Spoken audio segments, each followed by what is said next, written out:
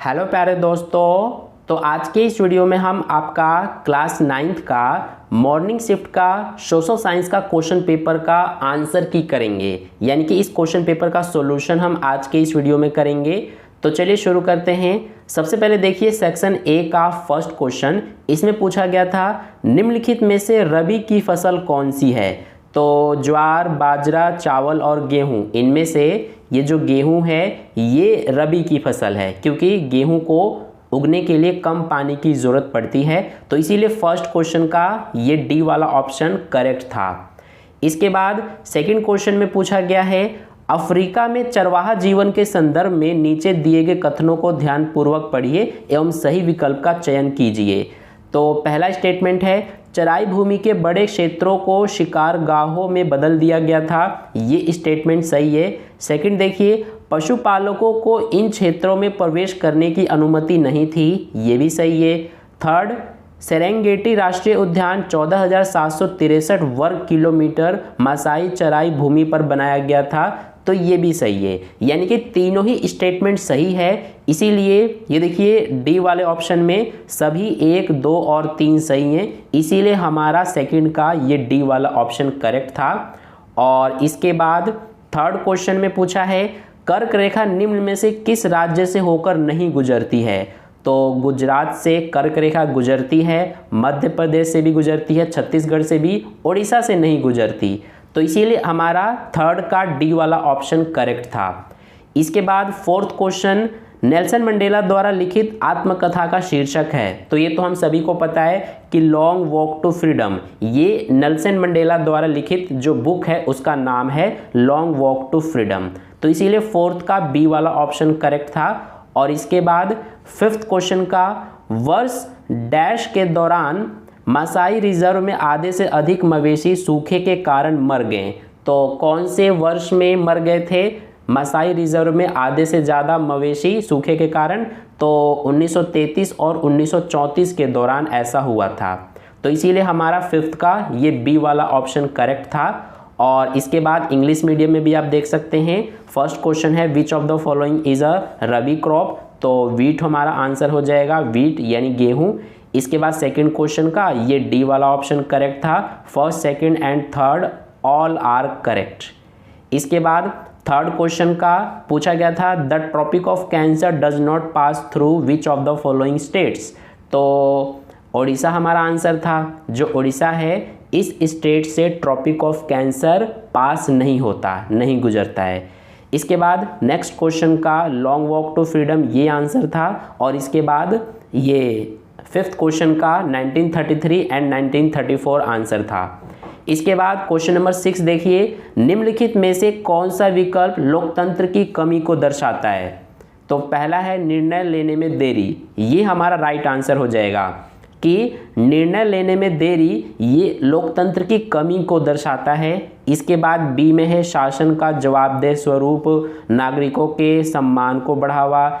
हमारा A answer he correct है, निर्णय लेने में देरी यही लोकतंत्र की कमी को दर्शाता है, इसीलिए सिक्स्थ का ए ऑप्शन करेक्ट है।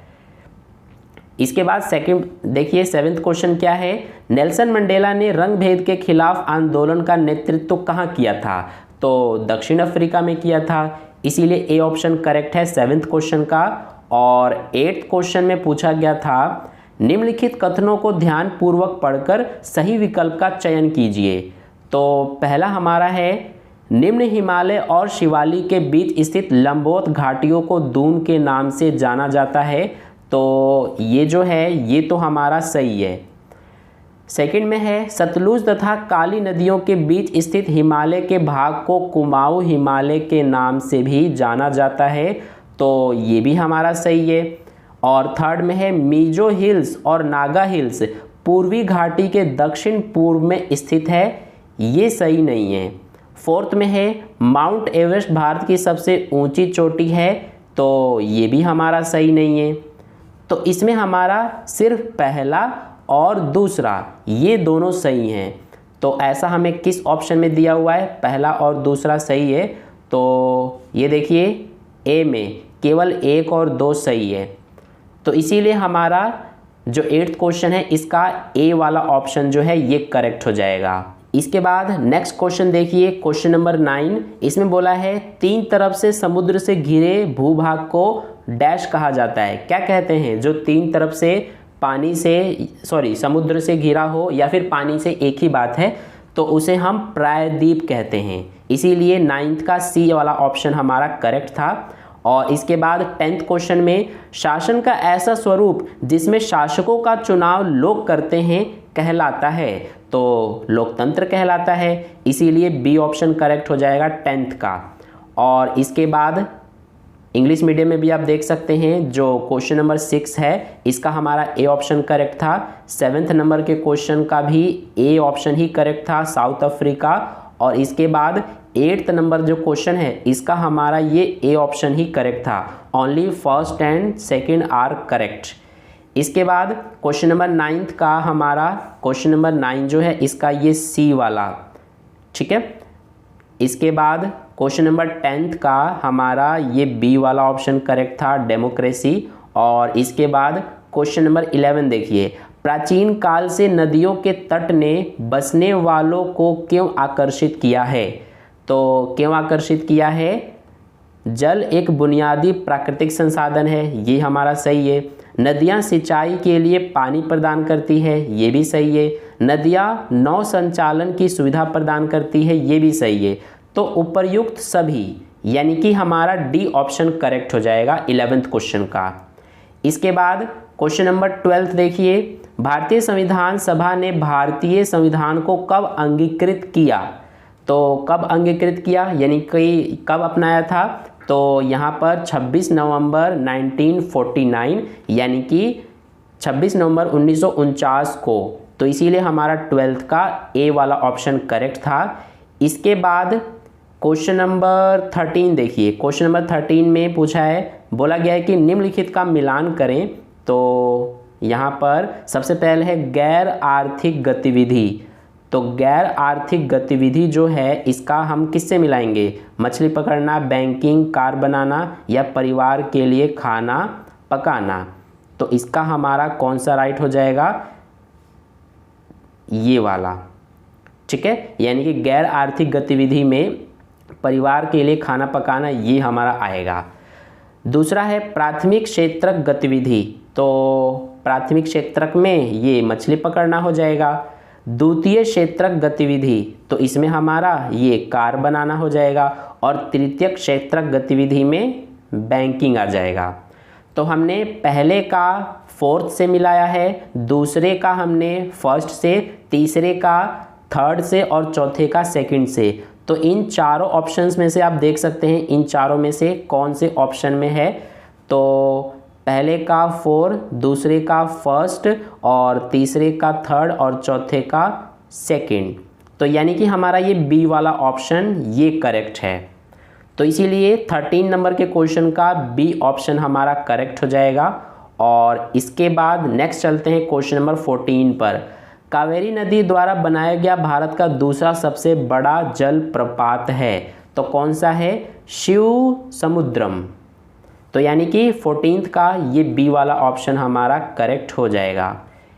इसके बाद नेक्स्ट इंग्लिश मीडियम में आप देख सकते हैं क्वेश्चन नंबर 11 का all of the above answer है। क्वेश्चन नंबर 12 का ये ए वाला ऑप्शन करेक्ट है। और इसके बाद क्वेश्चन नंबर 13 जो है इसका ये बी वाला ऑप्शन हमारा करेक्ट है। और क्वेश्चन नंबर 14 का भी बी वाला ही करेक्ट है।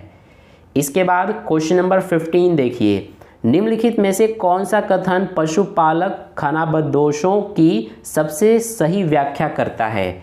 तो ग्रामीण जो एक स्थान से दूसरे स्थान पर जाते हैं ये सही व्याख्या नहीं करता पशुपालक खानाबदोशों की। इसके अलावा वे लोग जिनके पास रहने के लिए कोई स्थायी स्थान नहीं है, ये भी उतना उपयुक्त नहीं है। चरवाहे जो अपने मवेशियों के झुंड के लिए चरागाह की तलाश में एक स्थान से दूसरे स्थान पर जाते हैं, ये हमारा सही लग रहा है। डी वाला भी पढ़ लेते हैं। वे लोग जो आनंद के लिए कई स्थानों पर जाते हैं, इसमें हमारा सबसे सही ये सी वाला है कि जो पशुपालक खानाबदोश होते हैं वो चरवाहे जो अपने मवेशियों के झुंड के लिए चारागाह की तलाश में एक स्थान से दूसरे स्थान पर जाते हैं। ये बिल्कुल सही व्याख्या है पशुपालक खाना बदोशों की। तो इसीलिए 15 का हमारा सी वाला ऑप्शन करेक्ट हो जाएगा। इसके बाद क्वेश्चन नंबर 16 जो है, इसमें नीचे दिए गए कथनों में से कौन सा कथन झीलों के संदर्भ में सही नहीं है। हमारा 16 का बी वाला ऑप्शन जो है ये करेक्ट हो जाएगा। इसके बाद क्वेश्चन नंबर 17 से लेकर क्वेश्चन नंबर 20 तक हमारे असर्शन और रीजन वाले क्वेश्चन है, अभिकथन और कारण वाले। तो क्वेश्चन नंबर 17 देखिए, अभिकथन में बोला है भारतीय संघ का सबसे दक्षिणी बिंदु इंदिरा पॉइंट 2004 में समुद्र के पानी में डूब गया। तो ये जो अभिकथन है ये बिल्कुल सही है। कारण में बोला है 2004 में भारतीय द्वीप समूह और तटीय क्षेत्र एक विशाल सुनामी की चपेट में आ गए थे।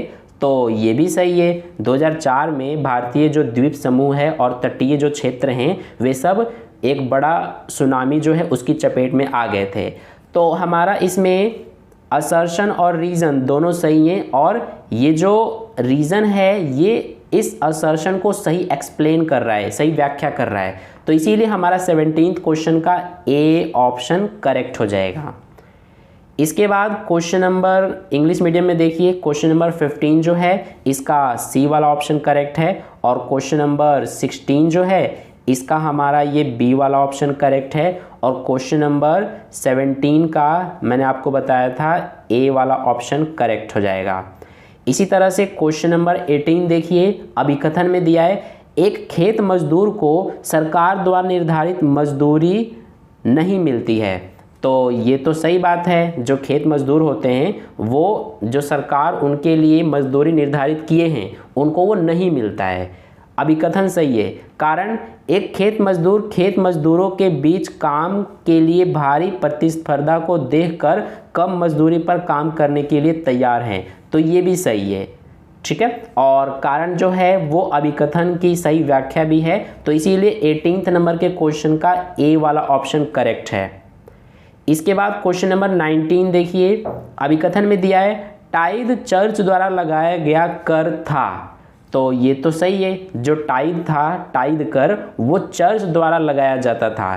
तो इसीलिए हमारा अभिकथन सही है। कारण यह कर कृषि उपज का 20% था, ये सही नहीं है। तो इसीलिए हमारा इसमें अभिकथन तो सही है, कारण गलत है, इसीलिए सी वाला ऑप्शन हमारा करेक्ट हो जाएगा इस क्वेश्चन का। इसके बाद क्वेश्चन नंबर 20 देखिए, अभिकथन में दिया है वर्ष 2002 में पाकिस्तान में एक जनमत संग्रह आयोजित किया गया था। तो सही बात है, 2002 में पाकिस्तान में एक जनमत संग्रह आयोजित किया गया था। कारण है जनमत संग्रह के आधार पर परवेज मुशर्रफ को राष्ट्रपति के रूप में 7 साल का विस्तार दिया गया था। ये सही नहीं है। तो अभिकथन सही है, कारण गलत है, इसीलिए इसका सी ऑप्शन करेक्ट हो जाएगा। तो इसीलिए इस तरह से हमारा जो 20 MCQ थे, 20 के आंसर हमने कर लिया है। 20 में से आपके कितने सही गए हैं, कितने गलत गए हैं, कमेंट बॉक्स में कमेंट करके ज़रूर बताना। और इसके बाद नेक्स्ट आपका सेक्शन बी से क्वेश्चन नंबर 21 से हम नेक्स्ट वीडियो में करेंगे। आई होप आपको इतना समझ में आ गया। अगर आपको क्वेश्चन नंबर 21 और इसके आगे के क्वेश्चंस का भी सॉल्यूशन चाहिए तो कमेंट करके बताना, मैं उसके लिए अलग से वीडियो बनाकर आपको दे दूँगा सॉल्यूशन। तो मिलते हैं नेक्स्ट वीडियो में। अगर आपने वीडियो को लाइक नहीं किया तो लाइक करके चैनल को सब्सक्राइब कर लेना और बेल आइकन को प्रेस कर लेना, ताकि अगली वीडियो जैसे ही अपलोड की जाए तो उसका नोटिफिकेशन सबसे पहले आपको मिल जाए। तो मिलते हैं फिर नेक्स्ट वीडियो में, तब तक के लिए बाय बाय।